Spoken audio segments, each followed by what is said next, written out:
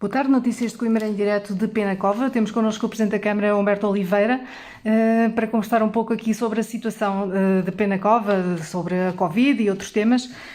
Começávamos então aqui pela recuperação do Conselho relativamente aos incêndios de 2017. Houve algumas casas destruídas pelo incêndio. Podia-nos então fazer o ponto da situação? Sei que já estão a pensar na segunda habitação, nas segundas habitações, porque a primeira fase já está ultrapassada. Pode-nos contar um pouco Sim, este processo? sim, de facto, nesta semana, uma semana depois de ter completado 3 anos depois dos incêndios, relativamente à questão das primeiras habitações, tivemos um processo que acho que decorreu de uma forma exemplar. Acho que em Penacova e na região, no seu todo, no seu global, e nós, de facto, hoje, passado 3 anos, temos os processos das primeiras habitações concluídas. Faltam-nos neste momento concluir 3 habitações, mas que não decorreu do processo de empreitada da CCDR. Foram os próprios proprietários que decidiram fazê-lo por outra via, através de empreitada gerida pelos próprios, e, portanto, daí também essa a razão porque houve aqui mais algum atraso significativo. E de facto, neste momento, estamos a iniciar o processo para a reabilitação das segundas habitações, daqueles que fizeram a candidatura para o efeito e que reuniam condições de acordo com o regulamento que aprovámos na Câmara Municipal, e estamos neste momento em condições de poder celebrar o acordo de financiamento com o Fundo de Apoio Municipal, que será a entidade financiadora do mesmo, relativamente àquilo que seja a despesa do município de Penacova, e poder então, junto dos... Quantas habitações é que são? Dos interessados, nós temos cerca de 12 habitações que em condições de poderem ser apoiadas através das segundas habitações, portanto, no regulamento que aprovamos. Temos também a dimensão das empresas, que me falava há pouco, Sim, e das infraestruturas. Sim, nós também tivemos um conjunto de empresas que foram afetadas, cerca de 30 empresas, obviamente com prejuízos perfeitamente diferenciados e dispares em função da sua dimensão e da afetação que as suas infraestruturas foram afetadas, aí através de um programa denominado Repor, e portanto também gerido pela CCDR, houve condições de que todas as empresas que fizeram a candidatura puderem ter sido apoiadas, e foram. Há um caso ou outro que ainda houve algum atraso, mas que não resultou do programa Repor em si, mas mais das condições de agilidade que as empresas tinham no momento, mas mesmo essas ainda hoje estão a tratar do processo no sentido de poder utilizar essas verbas que lhe foram alocadas através do programa Repor para poderem restabelecer as suas infraestruturas de produção. E, portanto, também nessa matéria penso que correu bem e, portanto, tivemos resultados positivos. Muito bem, e temos também depois a componente da floresta, que, embora esteja a recuperar, se calhar não está a recuperar da maneira como nós queríamos. Sim, essa não recupera, regenera, e portanto só pode recuperar de facto com a intervenção humana, mas esse de facto é um processo mais complicado. A própria natureza se encarrega de nos demonstrar isso, e obviamente que ela regenera-se, e alguma até regenera bem, ou em algumas áreas regenera bem, noutras eventualmente regenera mal. Nomeadamente, um problema que nós temos na nossa região, não só em Penacova, em toda a região, a questão das invasoras é um problema permanente, e que obviamente que estes efeitos drásticos e adversos, como é um incêndio ou um incêndio daquelas proporções, potencializa e potencia que de facto possam acontecer. Na minha perspectiva, nós só conseguimos fazer isto com uma mudança de paisagem, e portanto mudar paisagem não se muda, não se muda numa década, muda-se numa geração. E eu costumo dizer que se calhar se nós do início do século XX, do início do século XX demorámos 50 anos a mudar dos nossos montes nus para o pinhal, se demorámos 50 anos a mudar do pinhal para o eucalipto, se calhar vamos ter que esperar pelo menos 50 anos para mudar do eucalipto para aquilo que nós gostaríamos que fosse, e gostaríamos que fosse, se calhar, pelo menos em algumas zonas, uma floresta mais autóctone, que tivesse mais a ver com as nossas espécies que são naturais do nosso território, que são mais resilientes, que são mais... O município está a desenvolver algumas ações nesse sentido? Sim, nós temos um conjunto de pequenos projetos, essencialmente e para já nas áreas que nós gerimos diretamente, e o município também é proprietário de algumas áreas, e temos um conjunto de projetos que estamos a desenvolver, a construir, noutros até em parceria, por exemplo, que não somos entidade gestora, com partes e com os baldios da Serra do Bussaco, no sentido também que não foi afetada pelo incêndio, mas foi afetada por este incêndio, foi afetada por incêndio de 2005 e pelo Nemacto, mas que estamos a desenvolver um conjunto de projetos exatamente que nos permita que num futuro mais ou menos próximo estejamos em condições de podermos apresentar uma floresta diferente. Isso no Bussaco, por exemplo, na Talhada, que é uma propriedade que é do município, de cerca de 300 hectares, também estamos envolvidos e estamos a tentar desenvolver com a Florestal, com a empresa pública do Estado para a gestão de áreas florestais, também um projeto exatamente nesse sentido. E temos alguns pequenos projetos, nomeadamente de alguns privados, nomeadamente na área do medronho, com a REN,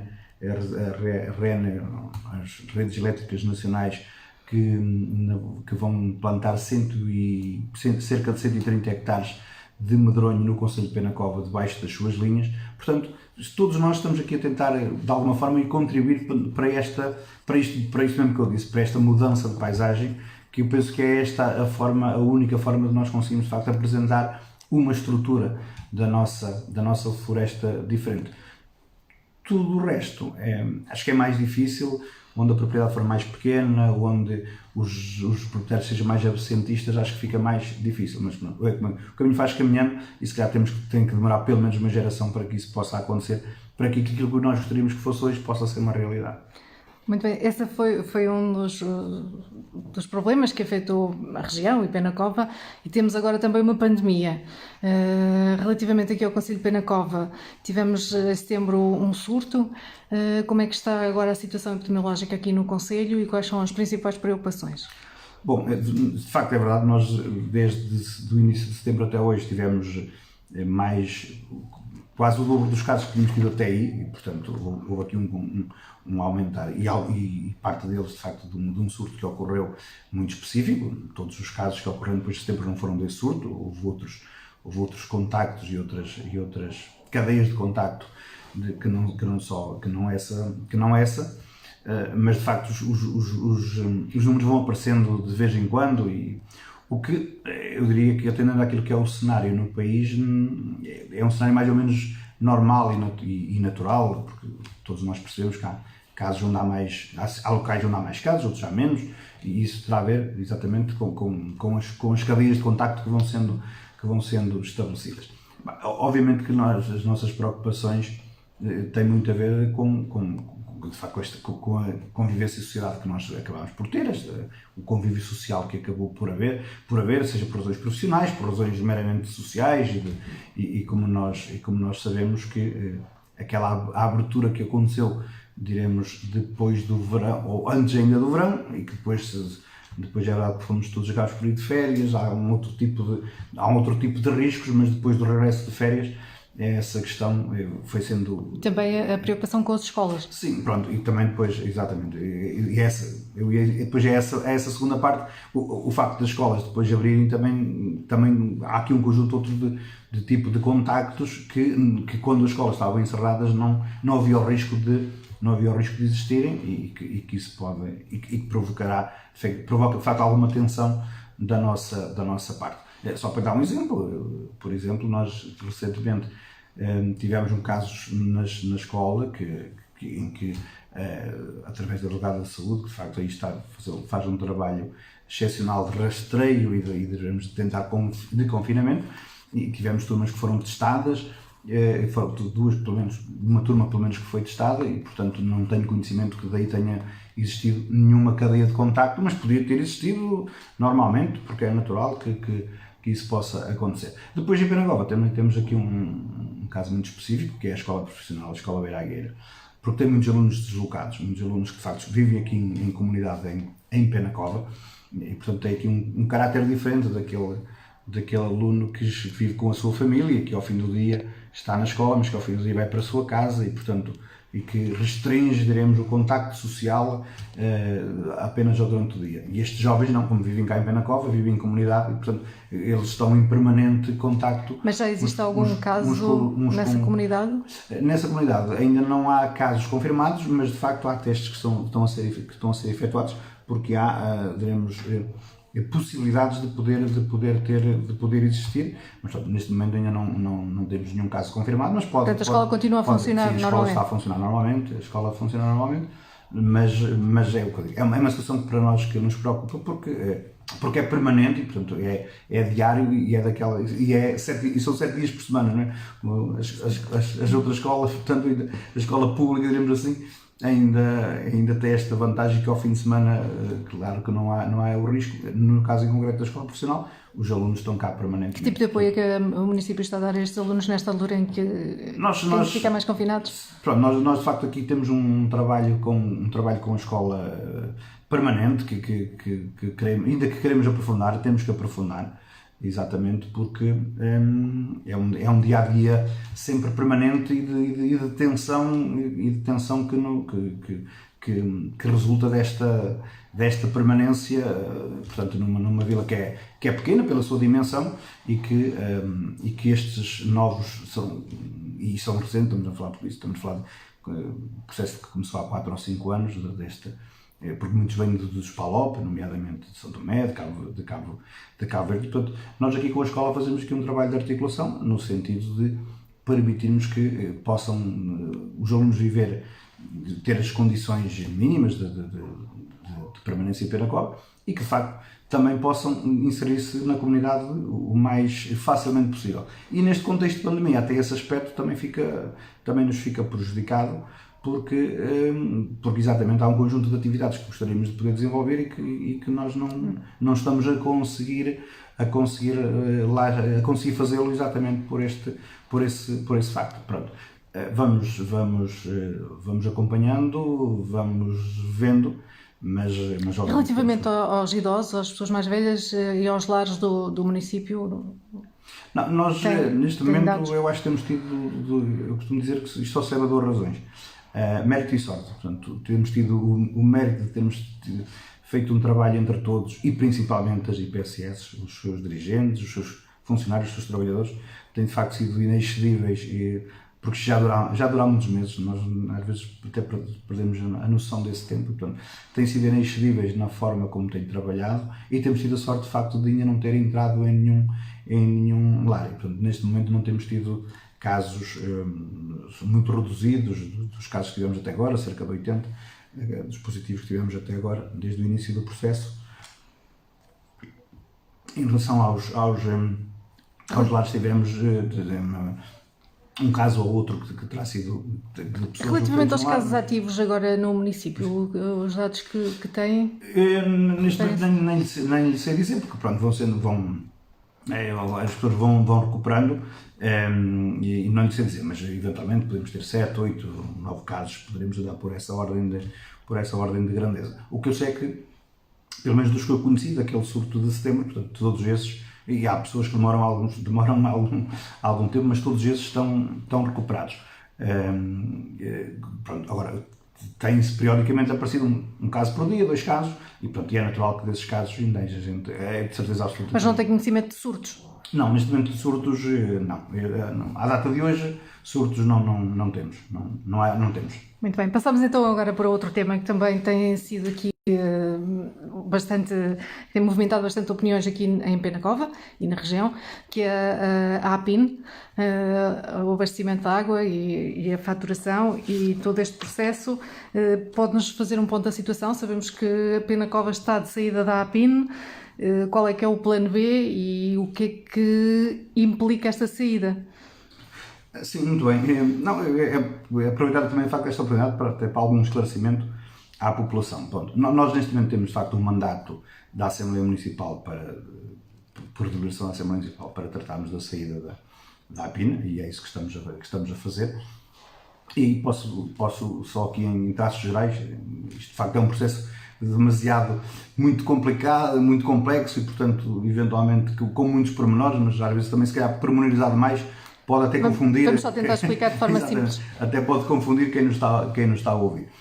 Pronto, nós temos esse mandato para tratar da saída e nós verificámos logo desde o início que tínhamos aqui 2 possibilidades, ou 2 caminhos possíveis.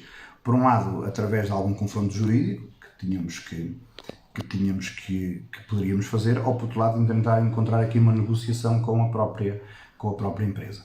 Depois da análise ponderar e poupando os pormenores por causa das razões dessa ponderação, nós achámos mais pertinente, porque ir para confronto jurídico iria criar mais confusão nas pessoas, nos municípios, nos clientes, duplas faturações e afins, e portanto nós decidimos, vamos tentar encontrar aqui uma plataforma de entendimento com a empresa para a saída. Isto já depois do parecer que divulgaram, acerca de, também falava do montante que teriam de pagar na saída. Sim, exatamente. Depois, isto é, nós fizemos essa ponderação depois da análise do parecer, aliás, era exatamente esse parecer, através desse parecer que nos dava os tais argumentos para podermos ir para algum confronto jurídico.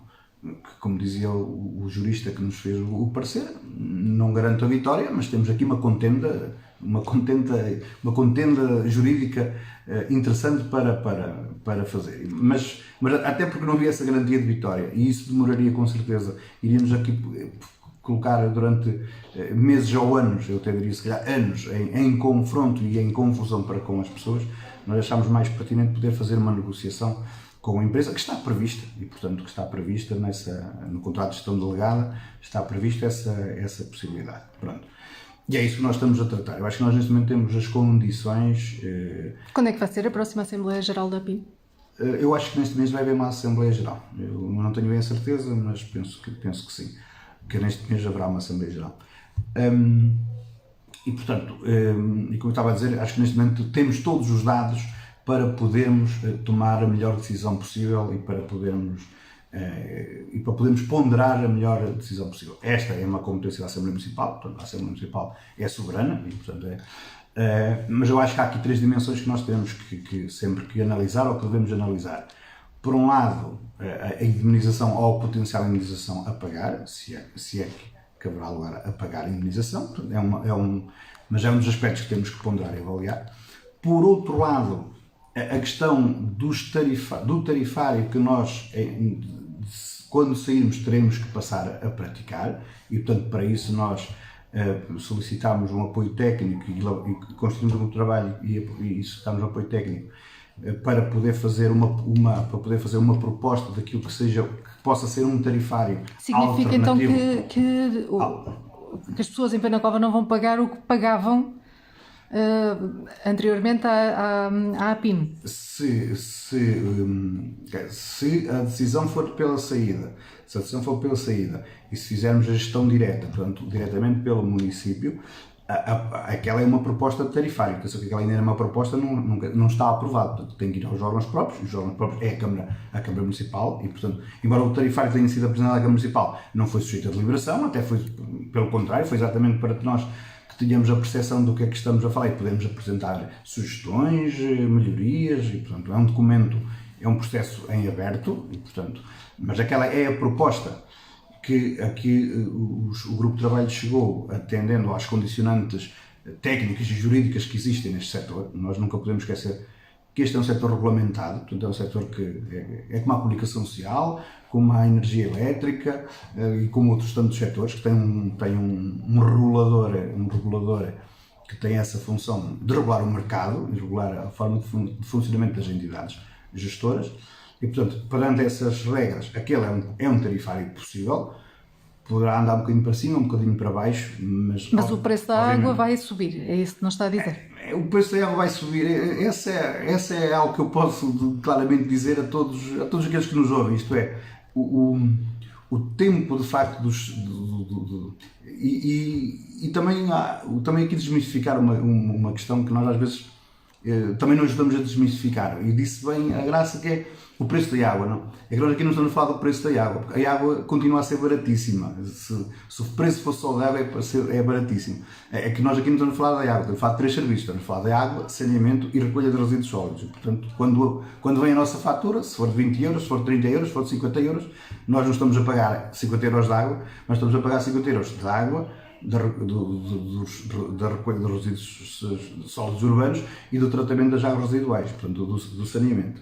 E, portanto, mas, de facto, esse tempo desses três serviços baratos está a acabar. Isso aí é algo que todos nós temos que nos convencer disso, seja com a APIN, sem a APIN, com o município, com uma APIN com outra configuração, seja o modelo que nós pensamos para o futuro, preço daqueles 3 serviços àquilo que nós estávamos habituados no passado é algo que vai terminar nos próximos anos nos próximos anos, quando digo próximos, é próximos muito próximos, e portanto, quanto isso eu não tenho dúvida. Esse era um dos argumentos para terem entrado na Associação de Ambiente, o Pinhal anterior, não é? Da APIM.